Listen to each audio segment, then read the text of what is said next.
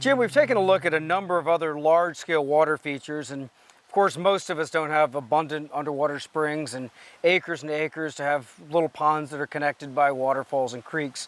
But right here, your koi pond, I think, is an excellent example of a very practical water feature that a homeowner could install. And even if you didn't have this much space, you could install something that was a third that size, and the principles are fairly straightforward.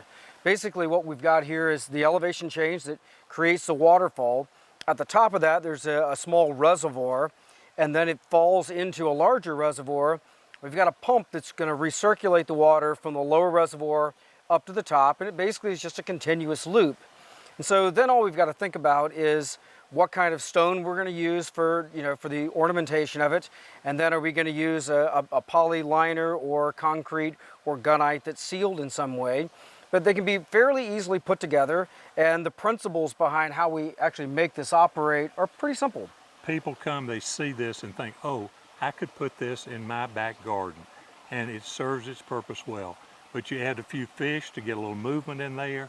You make sure that you let the stone be cantilevered over the sides. Right. You make sure the walls are vertical so the raccoons can't get in to eat the fish. But if they put their paw in there and can't feel a slope, they will then move to another place.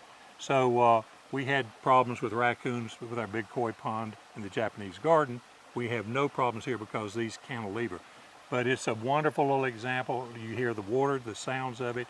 You can see the sunlight on it when it changes during the day.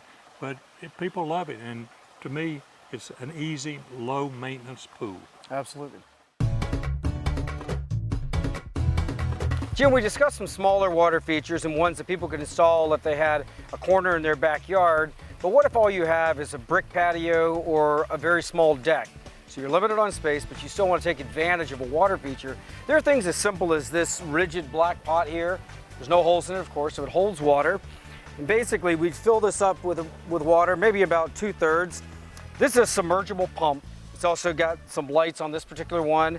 And this little fountain, you can adjust this and just makes like a little cone, or you can take it out. It'll make, just more gurgling type flow of water. Sits in there, plug this in. You've got a water feature in about 15 minutes. Alternatively, you could use the same kind of pump mechanism. Use something like this. This is basically a little fountain or a spitter, some people call them. And so a hose just plugs into the back of this, goes to your pump. It can sit on the outside of the water feature, so it's just going to leave a little trickle or stream of water. It just recirculates it inside this basin. So inside of a very small amount of time, with almost no money, you can bring a water feature to a very small space. And they work great on a hot day. That little trickle of water makes it feel much cooler. Absolutely.